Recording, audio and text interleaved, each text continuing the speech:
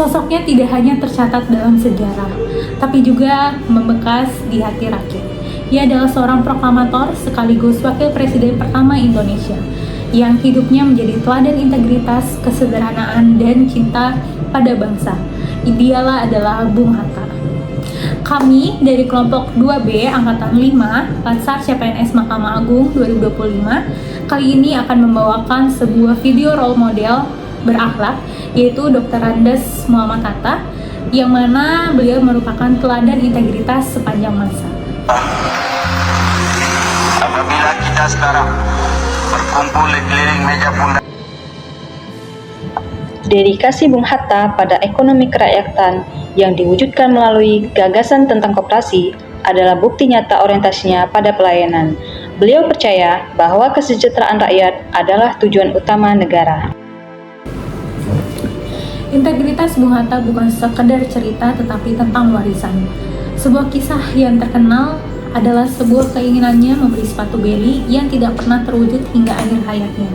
Karena beliau mendahulukan kepentingan negara di atas kepentingan sendiri. Sebuah teladan legendaris tentang akuntabilitas, kejujuran, dan keteguhan memegang amanah jabatan. Sebagai seorang intelektual lulusan Eropa, Bung Hatta memiliki kompetensi yang sangat luar biasa di bidang ekonomi dan hukum. Ia terus belajar dan menggunakan ilmunya untuk merumuskan dasar-dasar negara. Seperti contohnya, dengan menggunakan ilmu ekonominya, Bung Hatta mampu mengembangkan konsep koperasi sebagai sistem ekonomi yang adil dan sesuai dengan budaya gotong royong Indonesia. Sehingga, koperasi yang adil mampu membentuk perlawanan untuk melawan kapitalisme kolonial. Bung Hatta adalah sosok yang mampu menjadi penengah. Perannya dalam Panitia 9 saat merumuskan Piagam Jakarta menunjukkan kemampuannya menjaga keharmonisan dan menghargai perbedaan pendapat demi persatuan bangsa. Loyalitas Bung Hatta atau kesetiaannya pada Indonesia tidak pernah luntur. Meskipun diasingkan dan dipenjara oleh penjajah, loyalitas Bung Hatta kepada cita-cita kemerdekaan bangsa tidak pernah goyah. Bung Hatta rela hidup dalam pembuangan selama bertahun-tahun di Boven Dugel dan di Banda Neira. Ia menolak untuk berkompromi dengan penjajah dan mengorbankan kebebasan pribadinya demi cita-cita Indonesia.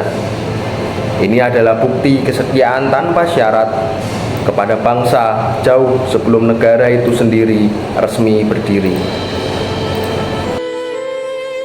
Meskipun dikenal sebagai sosok yang sangat teguh pada prinsip non-kooperatif, anti korupsi, dan hidup sederhana, Bung Hatta juga merupakan seorang strategis yang luar biasa adaptif. Kemampuan adaptifnya tidak berarti ia pelin-pelan, melainkan cerdas dalam menyesuaikan metode dan strategi perjuangan untuk mencapai tujuan utama yang tidak pernah berubah, yaitu kemerdekaan dan kedaulatan Indonesia. Contohnya yaitu dari medan perjuangan ke meja perundingan. Setelah proklamasi, tantangan berubah. Perjuangan fisik harus dilengkapi dengan perjuangan diplomasi untuk meraih pengakuan bahwa Indonesia telah merdeka. Hatta dengan cepat beradaptasi dari peran seorang pejuang revolusioner menjadi seorang diplomat utama. Kemitraan Dwi Tunggal bersama Soekarno adalah contoh kolaborasi paling terkenal dalam sejarah Indonesia. Beliau mampu bekerja sama dengan berbagai tokoh pergerakan lainnya untuk mencapai tujuan bersama, yaitu kemerdekaan Indonesia.